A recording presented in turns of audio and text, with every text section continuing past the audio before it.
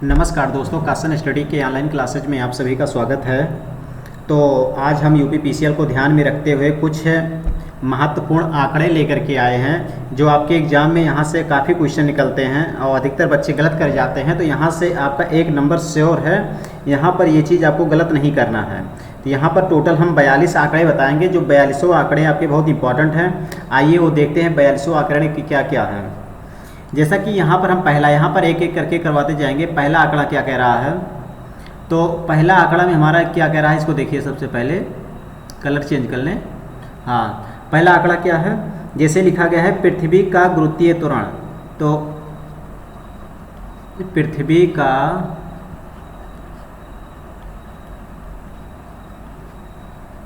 गुरुत्वीय त्वरण, पृथ्वी का गुरुत्वीय त्वरण कितना होता है, तो इसका जो प्रतीक होता है इसको हम जी से प्रदर्शित करते हैं। और जी का मान कितना होता है, तो जी का मान यहाँ पर 9.8 होता है। जी का मान कितना होता है, 9.8 होता है। इसकी जो यूनिट होती है मीटर पर सेकेंड स्क्वायर होता है, न्यूटन पर सेकेंड स्क्वायर, अर्थात मीटर सेकेंड की पावर -2, ये हो गया। दूसरा देखिए, दूसरा ये पूछा जाता है हवा का घनत्व। तो हवा का घनत्व कितना होता है, हवा का घनत्व। तो हवा का घनत्व को हम किससे प्रदर्शित करते हैं, तो इसे हम PA से प्रदर्शित करते हैं। इसे हम किससे प्रदर्शित करते हैं, तो PA से प्रदर्शित करते हैं। और जो इसका मान होता है वो कितना होता है, 1.293। 1.293 इसका जो यूनिट होता है किलोग्राम पर मीटर स्क्वायर पर मीटर क्यूब होता है। अर्थात हम इसको ऐसे भी लिख सकते हैं कि हवा का घनत्व को हम PA से प्रदर्शित करते हैं। इसका मान 1.293 होता है और इसकी यूनिट क्या होती है, किलोग्राम प्रति घन मीटर होता है। हम तीसरा चलते हैं, तीसरा पॉइंट लेते हैं। तीसरा पॉइंट में 4 डिग्री सेल्सियस पर पानी का घनत्व ये भी पूछा जाता है। 4 डिग्री सेल्सियस पर पानी का घनत्व, तो 4 डिग्री सेल्सियस पर पानी का घनत्व कितना होता है, तो यहाँ पर जो इनका मान होता है और इसको हम किससे प्रदर्शित करते हैं, तो इसको हम जो प्रदर्शित करते हैं किससे प्रदर्शित करते हैं, तो इसे हम जो है PW से देखिए, जैसे घनत्व है, घनत्व को P से प्रदर्शित करते हैं, तो यहाँ पर पानी है तो PW से प्रदर्शित करते हैं। और PW का मान कितना होता है, तो यहाँ पर अगर PW का मान देखा जाता है तो PW का मान 10⁻³ होता है। कितना होता है, तो 10⁻³ होता है। 10⁻³ किलोग्राम पर घन मीटर, यहाँ पर ये हो जाएगा। अगला है, अगर हम 4 नंबर पर चलते हैं तो पारे का घनत्व। तो पारे का घनत्व अगर पूछा जाता है तो पारे का घनत्व कितना होता है, इसे किससे प्रदर्शित करते हैं, तो पारे के घनत्व को PM से प्रदर्शित करते हैं। और PM का मान कितना होता है, तो PM का मान 13.6 × 10⁻³ यहाँ पर ये हो जाएगा। इसकी भी यूनिट वही होती है। अगला हम लेते हैं 5 नंबर। 5 नंबर में है इलेक्ट्रॉन का द्रव्यमान। तो इलेक्ट्रॉन का द्रव्यमान अगर पूछा जाता है तो इलेक्ट्रॉन का द्रव्यमान कितना होता है, तो इसको हम किससे प्रदर्शित करते हैं, तो इसे हम me से प्रदर्शित करते हैं। और इसका जो मान होता है कितना होता है, तो 9.1 × 10⁻³ कितना होता है, -31 किलोग्राम होता है। यहाँ पर ये सब चीज़ें आपको याद होना बहुत ज़रूरी है, क्योंकि यहाँ से आपके एक क्वेश्चन ज़रूर पूछे जाएंगे। छठा देख लीजिए, लिखा गया है प्रोटॉन का द्रव्यमान। प्रोटॉन का द्रव्यमान, तो प्रोटॉन का द्रव्यमान इसको किससे प्रदर्शित करते हैं, तो प्रोटॉन के द्रव्यमान को हम किससे प्रदर्शित करते हैं, तो प्रोटॉन का द्रव्यमान जो होता है उसे MP से प्रदर्शित करते हैं। और MP का मान कितना होता है, तो MP का मान 1.672 × 10⁻27 किलोग्राम होता है। अगला देखिए क्वेश्चन नंबर 8वां देख लीजिए। 8वां कह रहा है न्यूट्रॉन का द्रव्यमान। तो न्यूट्रॉन का द्रव्यमान के बारे में अगर पूछा जाता है तो न्यूट्रॉन का द्रव्यमान, तो न्यूट्रॉन का द्रव्यमान इससे को किससे प्रदर्शित करते हैं, तो इससे mn से प्रदर्शित करते हैं। तो mn का मान कितना होता है? अगर न्यूट्रॉन का द्रव्यमान पूछा जाता है तो न्यूट्रॉन का जो द्रव्यमान होता है वो प्रोटॉन के द्रव्यमान के बराबर होता है, अर्थात 1.672 गुणे 10⁻⁻27 किलोग्राम यह भी होता है। आगे हम देखते हैं 8वां नंबर। 8वां नंबर में कह रहा है कि इलेक्ट्रॉन पर आवेश, तो इलेक्ट्रॉन पर आवेश कितना होता है? तो इसको हम पहले किससे प्रदर्शित करते हैं? तो इलेक्ट्रॉन पर जो आवेश होता है उसे हम E से प्रदर्शित करते हैं। तो E का मान यहाँ पर कितना होता है? इसका मान जो है -1.6 इंटू 10 की पावर कितना होता है? तो -19 कूलाम होता है। -19 कूलाम अर्थात C लिख लीजिए। तो यहाँ पर ये चीज़ आपको मालूम होना चाहिए कि न्यूट्रॉन पर आवेश कितना होता है। तो न्यूट्रॉन पर आवेश -1.6 इंटू 10 पावर -19 कूलाम होता है। आइए अगला देखते हैं। तो 9 नंबर में कह रहा है, तो 9 नंबर में अगर हम देखते हैं कि प्रोटॉन पर आवेश कितना होता है, तो यहाँ पर लिख लीजिए प्रोटॉन पर आवेश, प्रोटॉन पर आवेश। इसको हम फिर से लिख देते हैं, थोड़ा नीचे करके इसको लिख देते हैं। हाँ, तो आगे देख लीजिए कि प्रोटॉन पर आवेश, प्रोटॉन पर जो आवेश होता है वो कितना होता है? ये 9 नंबर में है। तो प्रोटॉन पर आवेश कितना होता है? इसको हम किससे प्रदर्शित करते हैं? तो इसको भी हम E से प्रदर्शित करते हैं। और इसका मान कितना होता है? तो इसका भी मान कितना होता है? 1.6 इंटू 10 की पावर -19 कूलाम, अर्थात इसको हम लिख सकते हैं +1.6 इंटू 10 की पावर -19 कूलाम। हम इसको लिख सकते हैं। 10वां देख लीजिए। तो 10वां हमारा क्या कह रहा है? तो 10वां है हमारा,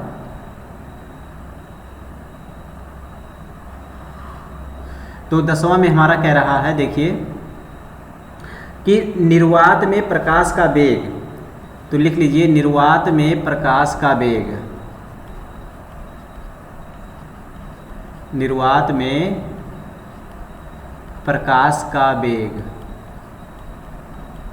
तो निर्वात में जो प्रकाश का वेग होता है वो कितना होता है? इसको हम C से प्रदर्शित करते हैं। और C से अगर प्रदर्शित करते हैं तो इसका मान कितना होता है? 3 × 10⁸ मीटर पर सेकेंड, अर्थात इसका मान कितना होता है? 3 × 10⁸ मीटर पर सेकेंड इसका आंसर होता है। इसके बाद ये भी पूछा जा सकता है कि NTP पर हवा में ध्वनि का वेग कितना होता है? तो 11वें पर देख लीजिए, NTP पर निर्वात में हवा का वेग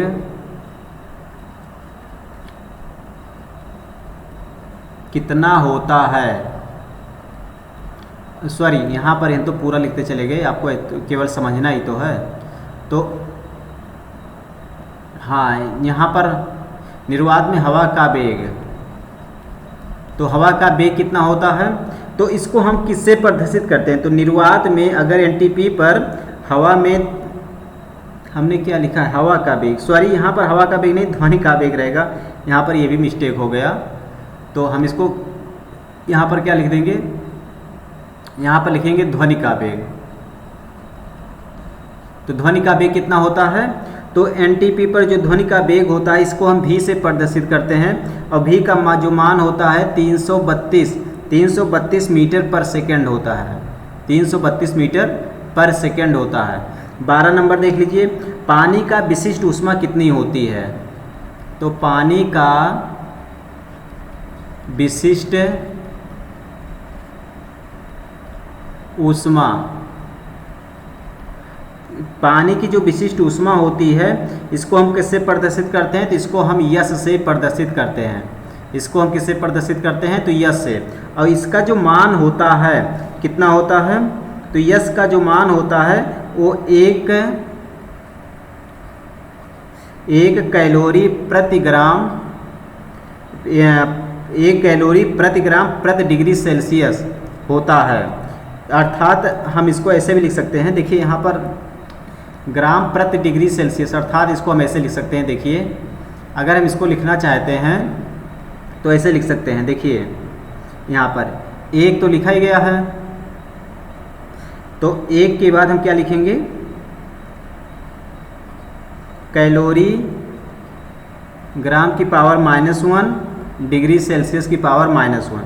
हम इसको ऐसे भी लिख सकते हैं। और इसकी वैल्यू कितनी होती है, तो इसकी वैल्यू 4.2 गुणे 10⁻³ जूल किलोग्राम की पावर -1 और केल्विन की पावर 1। यहाँ पर ये इसको हम ऐसे भी लिख सकते हैं। आगे ये पूछा जा सकता है 13 नंबर पर कि बर्फ की गुप्त ऊष्मा कितनी होती है। तो बर्फ की गुप्त ऊष्मा, बर्फ की गुप्त ऊष्मा भी पूछा जा सकता है। तो बर्फ की गुप्त ऊष्मा कितनी होती है, तो इससे इसको जो हम प्रदर्शित करते हैं LICE से प्रदर्शित करते हैं। और इसकी जो वैल्यू होती है कितनी होती है, तो 80 कैलोरी प्रति ग्राम। यहाँ पर इसका ये आंसर हो जाएगा। और इसी को हम अगर जूल में बनाना चाहते हैं तो इसको लिख सकते हैं 336 जूल प्रति किलोग्राम।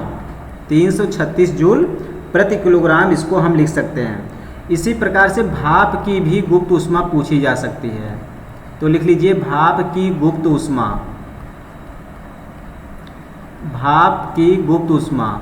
अगर जो भाप की गुप्त ऊष्मा है इसको हम क्या लिखते हैं, तो यल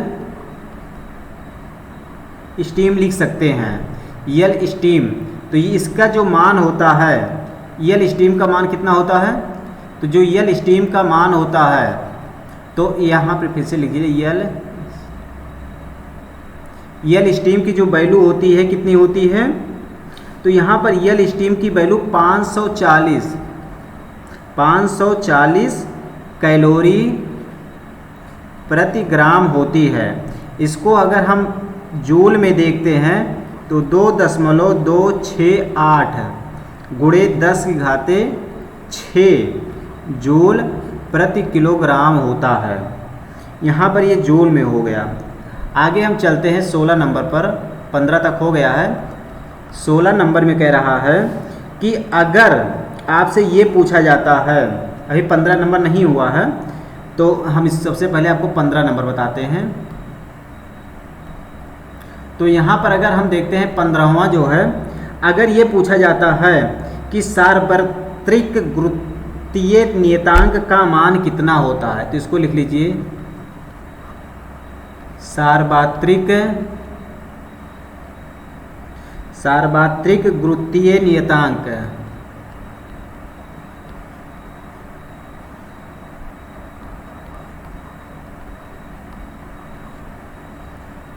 सार्वत्रिक गुरुत्वीय नियतांक G का मान कितना होता है, तो G का मान 6.67 गुणे 10⁻11 न्यूटन मीटर स्क्वायर किलोग्राम की पावर -2 ये होता है। ये चीज़ आपको याद होना बहुत ज़रूरी है।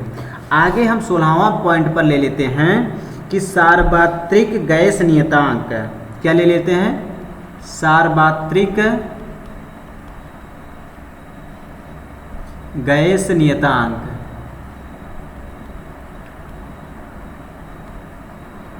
सार्वत्रिक गैस नियतांक का मान कितना होता है, तो सार्वत्रिक गैस नियतांक R की वैल्यू कितनी होती है, तो यहाँ पर अगर R की वैल्यू देखते हैं तो R की वैल्यू 8.31 जूल है, मोल की पावर -1 और किलोग्राम की पावर -1। यहाँ पर ये इसका आंसर हो, किलोग्राम नहीं आप केल्विन होगा, केल्विन की पावर -1, यहाँ पर ये हो जाएगा। इसके आगे चलते हैं, हम 17 नंबर लेते हैं। 17 नंबर में कह रहा है अवोगाद्रो संख्या,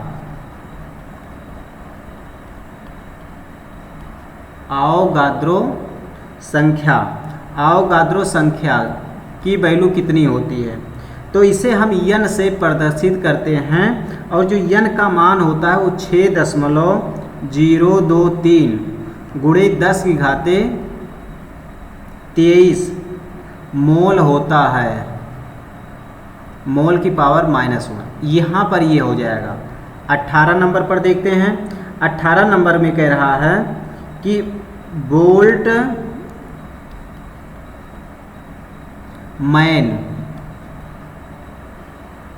बोल्टमैन नियतांक की वैल्यू क्या होती है। बोल्टमैन नियतांक इसे हम K से प्रदर्शित करते हैं और K बराबर क्या होता है, R/N होता है। और यहाँ पर अगर K की वैल्यू अगर देखी जाती है तो 1.38 गुणे 10 की घाते -23 क्या होता है, -23 जूल प्रति केल्विन। यहाँ पर ये हो जाएगा। अगला पूछा जा सकता है स्टीफन नियतांक। 19 में ये पूछा जा सकता है स्टीफन नियतांक। तो स्टीफन नियतांक को हम किससे प्रदर्शित करते हैं, सिग्मा से प्रदर्शित करते हैं। और जो इसकी मान होती है क्या होता है, तो 5.67 गुणे 10 की घाते -8 वाट, क्या लिख सकते हैं, मीटर की पावर -2 और केल्विन की पावर 4। ये यहाँ पर हमारा इसका आंसर निकल जाएगा। ये थोड़ा टिपिकल है क्योंकि यहाँ पर आपको बहुत ध्यान से बहुत बारीकी समझना है और यहाँ से आपके क्वेश्चन बहुत ज़्यादा पूछे जाते हैं, इसलिए इसको बहुत आराम से बता रहे हैं। 20 नंबर में कह रहा है बेन नियतांक का मान कितना होता है। तो बेन नियतांक की वैल्यू कितनी होती है। तो जो बेन नियतांक होता है इसको हम किससे प्रदर्शित करते हैं, B से। और इसकी जो वैल्यू होती है 2.9 गुणे 10 की घाते -3 के। यहाँ पर ये इसका आंसर हो जाएगा। अगला क्वेश्चन कह रहा है, क्वेश्चन नंबर 21 कह रहा है सोलर नियतांक का मान कितना होता है। सोलर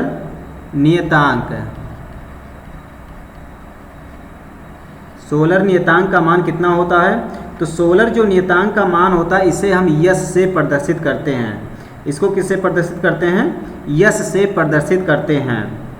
और यहाँ पर जो यस का मान होता है वो कितना होता है, 1340। कितना होता है, तो 1340 होता है। इसको जो यूनिट होता है वाट, ये WM की पावर -2। यहाँ पर ये इसका आंसर हो जाएगा। तो जो भी बच्चे अभी तक चैनल को सब्सक्राइब नहीं किए हैं, चैनल को सब्सक्राइब कर लें, क्योंकि हम यहाँ पर अब वही क्वेश्चन करवाने वाले हैं जो आपके लिए बहुत इंपॉर्टेंट हैं। तो जो भी बच्चे अभी तक चैनल को सब्सक्राइब नहीं किए हैं, चैनल को सब्सक्राइब कर लें। और ये क्लासेज अगर आपको पसंद आ रहा है तो हमारे इस चैनल को लाइक ज़रूर करें। अगले क्लास में कल पुनः इसी टाइम मिलेंगे। नमस्कार।